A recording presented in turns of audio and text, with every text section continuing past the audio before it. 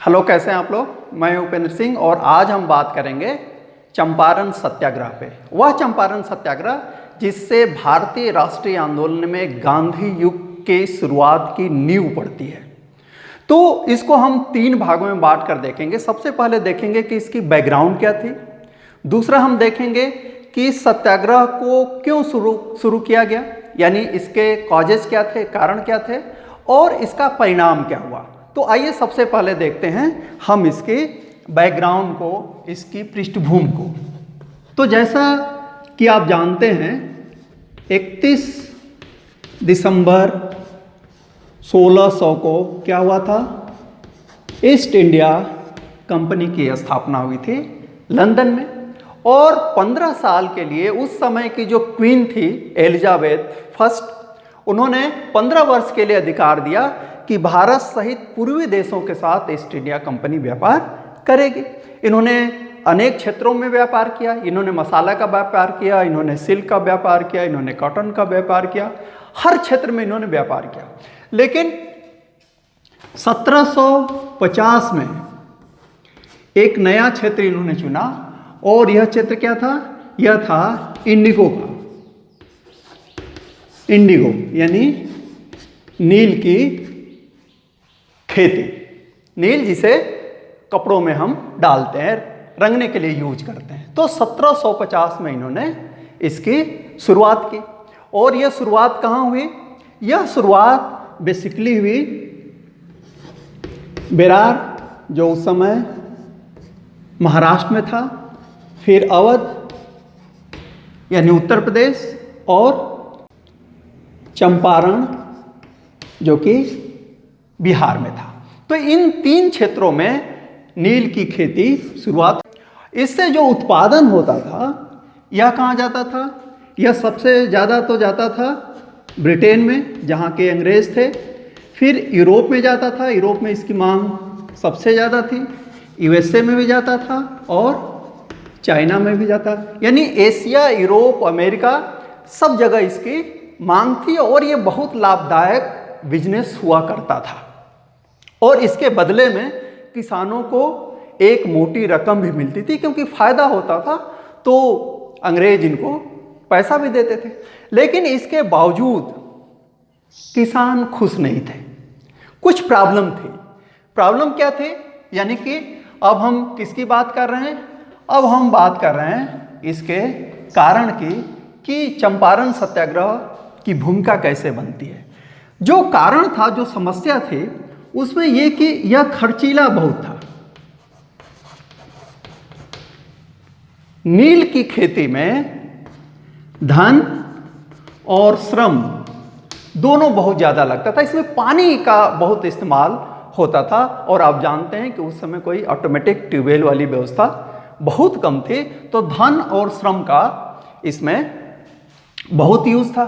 दूसरी जो सबसे बड़ी चीज़ ये थी कि जहाँ पे इंडिगो की खेती की जाती थी, नील बनाई जाती थी, तैयार की जाती थी, वहाँ उस जमीन की उर्वरता क्या हो जाती थी? कम हो जाती थी। और धीरे धीरे वह क्या हो जाती थी? शून्य हो जाती थी। वहाँ कोई दूसरी फसल नहीं लगती थी। तो एक क्लैश था। बिजनेस हो रहा था, खेती हो रही थी, लेकिन किसानों और जो ब्रिटिश प्लांटर थे उनके बीच एक तनाव था। और इसीलिए 1820 के दशक में एक समझौता हुआ, एक कानून बना जिसको हम कहते हैं तीन कठिया कानून। तीन कठिया कानून या तीन कठिया व्यवस्था। इस तीन कठिया को, तीन का मतलब क्या है? तीन का मतलब 3 से है और कठिया से मतलब है कट्ठा। यह भूमि को नापने की एक इकाई है। इसको ऐसे आप सरल शब्दों में समझ सकते हैं। मान लीजिए कि आपके पास 1 बीघा जमीन है। इसको आप 20 भागों में बांट दीजिए। 20 भाग में हो गया। तो इस 1 बीघा जमीन का यह जो 3 टुकड़ा है, 1, 2, 3, इसमें कानूनी रूप से बाध्य कर दिया गया कि 3/20 हिस्से में 1 बीघे में 3 1 बीघे के 3/20 हिस्से में आपको नील की खेती करनी ही करनी है। ये चीज कब इन्होंने लागू की? 1820 के आसपास। तो एक प्रकार से बाध्यता हो गई। और ध्यान रखिए, अब अंग्रेज किस पे आ गए हैं? 1820 में वे हमारे शासक बन चुके थे। बंगाल में तो पूरी तरीके से स्थापित हो चुके थे। तो न चाहते हुए भी किसानों को नील की खेती करनी पड़ रही थी। इस बीच एक दूसरी घटना घटती है। वह घटना ये थी कि 1865 में जर्मनी में केमिकल से बनी हुई एक आर्टिफिशियल डाई कपड़ा रंगने के लिए जर्मनी में उसका आविष्कार हुआ। 1897 से एक कंपनी BASF जो जर्मनी की थी, इसने इसका व्यावसायिक उत्पादन शुरू किया और 1913 तक आते आते जो पूरा इंडिगो व्यापार था उसके 40% पे इस कंपनी का एकाधिकार हो गया। तो इसका मतलब क्या हुआ? इसका मतलब ये हुआ कि जो नेचुरल डाई ब्रिटिश बेचने की कोशिश करते थे, उसके स्थान पे ये जर्मन डाई को खरीदा जाने लगा। क्यों? क्योंकि यह आर्टिफिशियल थी और इसलिए क्या थी? सस्ती थी। सस्ती थी तो जाहिर सी बात है कि आपको एक ही काम करने वाला प्रोडक्ट यदि सस्ता मिलेगा तो आप सस्ती चीज को लेंगे। और इसका प्रभाव भारत में क्या हुआ? भारत में ये हुआ कि जब मांग कम हुई इंडियन इंडिगो की, तो किसानों को दी जाने वाली जो एडवांस थी वो भी कम हो गई, उनको दिया जाने वाला जो पैसा था वो भी कम हो गया और अनुर्वर जो जमीन हो रही थी वो तो हो ही रही थी। इस प्रकार कुल मिलाकर भारतीयों को बहुत नुकसान हो रहा था और वे दबाव में इस खेती को कर रहे थे। फिर एक घटना घटती है कि जनवरी 1915 में मोहनदास करमचंद गांधी कहाँ आते हैं? भारत आते हैं और 1916 में लखनऊ में जो कांग्रेस की इंडियन नेशनल कांग्रेस की बैठक होती है उसमें ये सम्मिलित होते हैं। और इसी बैठक में बिहार से आए हुए 2 व्यक्ति इनसे मिलते हैं। वे 2 व्यक्ति कौन थे? आइए उसको देखते हैं। एक थे राजकुमार शुक्ला और दूसरे थे संत राउत। इन दोनों ने, जो कि कहाँ से थे? चंपारण। और चंपारण कहाँ है? बिहार में।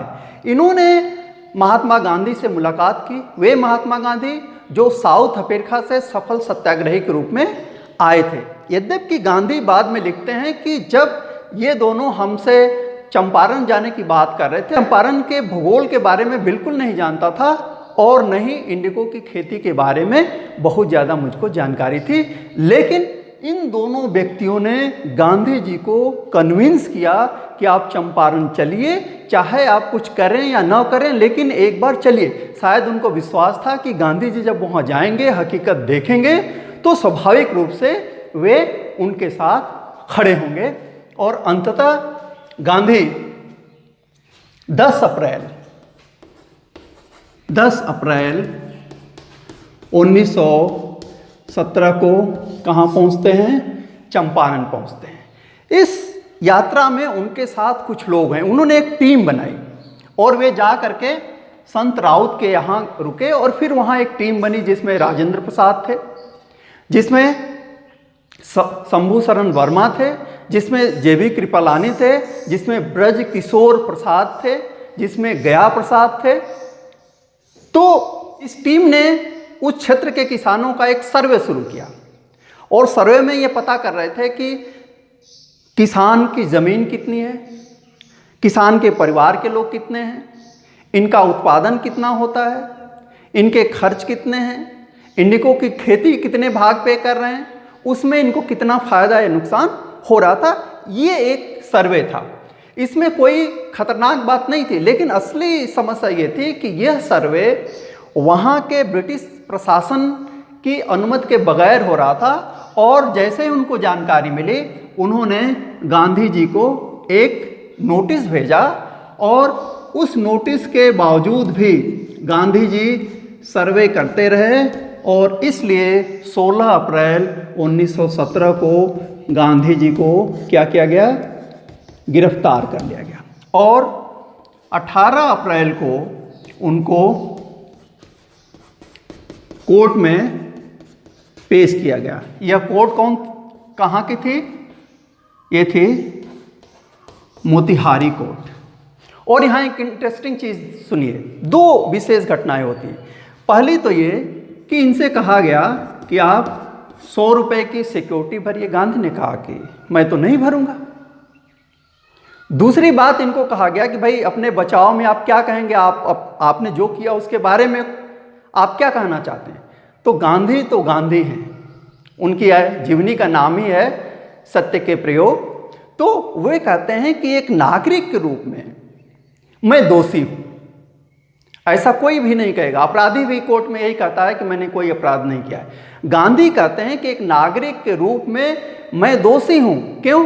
क्योंकि आपके आदेश का पालना मुझे करना चाहिए था। तो कानूनी दृष्टि से मैं गलत हूं। लेकिन वहां जाने के बाद, वहां के किसानों की दशा देखने के बाद, उनकी दुर्दशा देखने के बाद मुझे लगा कि मुझे इस आदेश के पालन करने के स्थान पे अपनी कॉन्शस, अपनी चेतना के कानून का पालन करना चाहिए। और मेरी चेतना यह कह रही थी, मेरी नैतिक बुद्धि यह कह रही थी कि इस समय इन गरीब किसानों के साथ मुझे खड़ा होना है। यही मैंने किया और जो कुछ भी मैंने कहा उसमें कहीं कोई हिंसा नहीं थी। जब यह बात ऊपर पहुंची, जो बिहार के लेफ्टिनेंट गवर्नर थे, तो उन्होंने जब जानकारी हासिल की कि गांधी क्या कर रहे थे, क्यों गिरफ्तार किया, तो उन्होंने कहा नहीं, इनको छोड़ो, सर्वे कर रहे हैं, कोई बात नहीं। और प्रशासन ने इनको सर्वे करने की अनुमति भी दे दी और इन लोगों ने 4000 किसानों का सर्वे किया, उनकी आर्थिक स्थिति का सर्वे किया। और इस आधार पे जब यह रिपोर्ट पेश हुई तो अंततः 4 मार्च 1918 को एक कानून पारित हुआ जिसको कहा गया चंपारण कृषि कानून। इस कानून के द्वारा तिनकटिया व्यवस्था को पूरी तरीके से समाप्त कर दिया गया। अब किसान स्वतंत्र थे कि वे नील की खेती करें या न करें, चूंकि उसमें हानि थी, नुकसान था, खेती, उनका खेत बर्बाद हो रहा था, तो करने का कोई सवाल ही नहीं था। दूसरी चीज़ जो हुई कि इस बीच जो उनको आर्थिक क्षति हुई थी, उस क्षति को भी पूरा किया गया प्रशासन की तरफ से। और इस प्रकार गांधी भारत की धरती पे अपने पहले ही सत्याग्रह में विजयी होकर के निकलते हैं। और इसका असर क्या होता है? इसका असर ये होता है कि 1920 के आते आते गांधी पूरी भारतीय राष्ट्रीय आंदोलन को अपने हाथों में ले लेते हैं, या ये कहिए कि संपूर्ण भारतीय स्वतंत्रता संग्राम गांधी के हाथों में आ जाता है। क्यों? क्योंकि तिलक की डेथ हो जाती है, गोखले की डेथ हो जाती है, बिपिन चंद्र पाल थोड़े से शिथिल हो जाते हैं, जो लाला लाजपत राय थे उनका एरिया पंजाब तक है।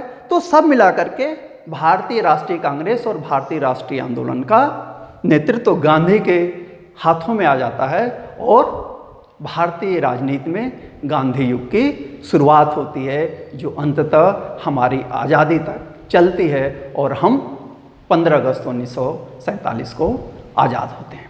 तो पढ़ते रहिए, देखते रहिए। Thank you very much.